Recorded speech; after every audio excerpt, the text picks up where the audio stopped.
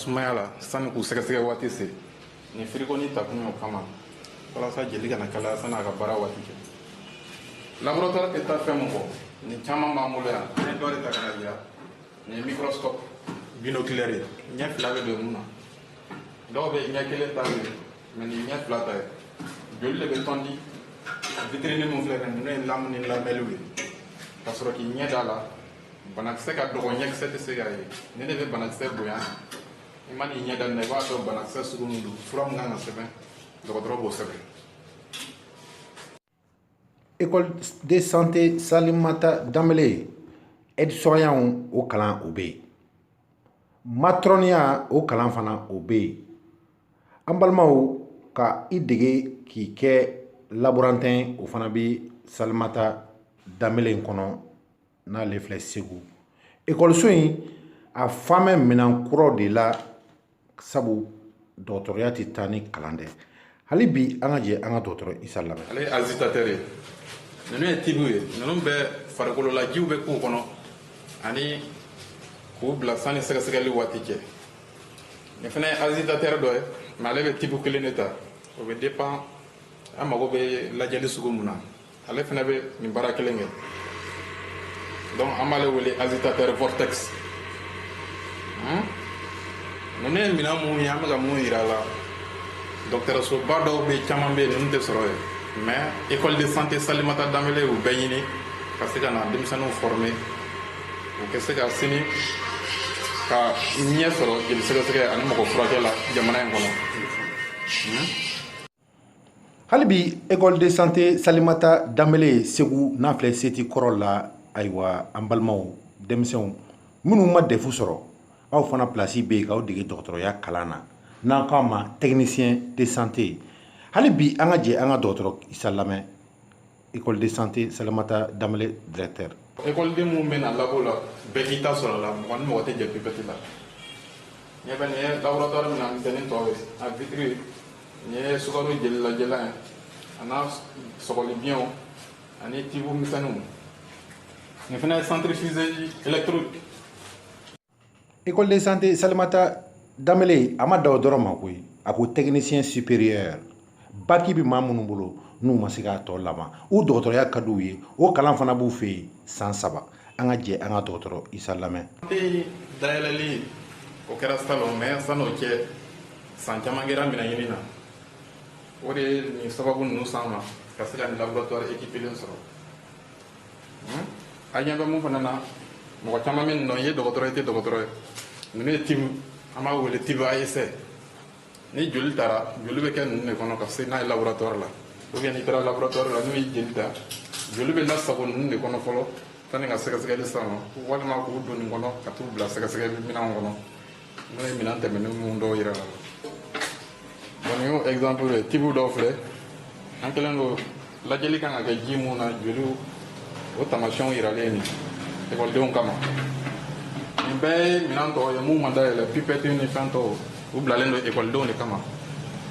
an b'a ɲini aw fɛ mɔgɔ min kɔni bɛ fɛ ka kalan ɲɛnɛma sɔrɔ k'i yɛrɛ wasa ka jamana wasa ka banabaatɔw wasa Segu i ka se école de santé ma minɛnw bɛ yan o jɔyɔrɔ t'an na bilen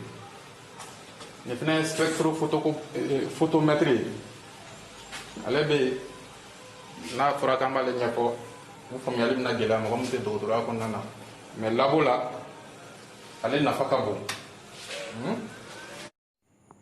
école de santé Salimata Dambélé Médine seti kɔrɔ la n'an k'a ma ko faama kɔrɔ ekɔliso in a nana aw de kama segukaw minnu bɛ dɔgɔtɔrɔya kanu a b'u la dɔgɔtɔrɔya joli k'i jo dɔgɔtɔrɔya la k'i kɛ dɔgɔtɔrɔba ye école de santé Salimata Dambélé. ka se ka banakisɛ k'a piéger a ka se ka bɔ k'i yɛrɛ yira olu ye réactif ye réactif sugu bɛɛ bɛ école de santé Salimata Dambélé la ka se ka kalan kɛ ekɔliden yɛrɛ ka se ka dɔn ko n sera baara la ka sɔrɔ a ma tila nin fana ye centrifugée dɔ ye an y'a fɔ a ye bana an bɛ minɛn mun b'an bolo qualité de don parce que dɔw bɛ se ka dɔ kɛ i bɛ taa sɔrɔ dɔɔni n b'o jɛn o ka se ka fɛn wɛrɛ kɛ o minɛn wɛrɛ bɛ mun b'o dafa dɔw ta ye courant ko a bɛ kɛ yɔrɔ dɔw la waati dɔw la courant bɛ tigɛ nin fana ye mannequin damadɔ ye a yɛrɛ ɲɛ bɛ denw sigili la dɔgɔtɔrɔya tɛ se ka kuma fɔ n'i ma den furakɛ don a la ani jiginni don a la donc nin den ninnu ne ye denyɛrɛninw ye u furakɛ cogo ani muso bɛ jigin cogo mun na ani n'u jiginna dɛmɛ min kan ka don den ma ani furakɛli min kan ka kɛ den na joona olu bɛ kalan nin den ninnu kan nin y'o denw sigilen ye an ɲɛ bɛ nin minɛn mun na an b'a fɔ nin ma nin ye bassin ose nin ye muso a soro ye kɔnɔmaya bɛ kɛ taa soro kɔ donc soro de yiralen nin ye mana na a kolo don yɔrɔ ani wolonugu bɛ bila cogo min na ni jiginni min kɛ a kan ka hakili to fɛn mun na o bɛɛ de jaw bɛ nin na walasa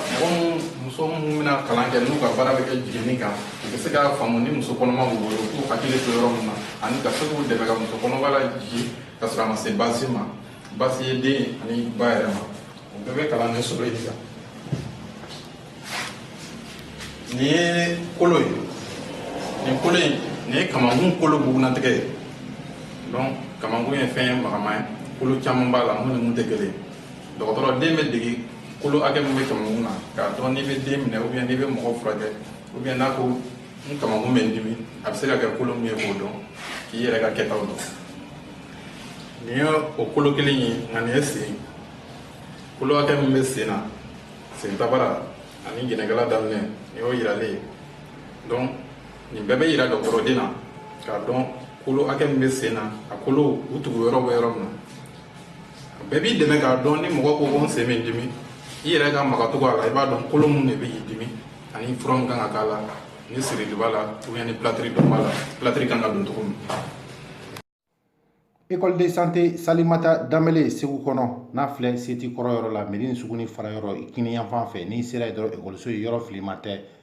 téléphone numéro a y'u wele 74 42 20 15 Malitel 65 98 69 29 fixe 21 79 14 68 école Salimata Danbele a y'u wele dɔgɔtɔrɔya ka aw jo a la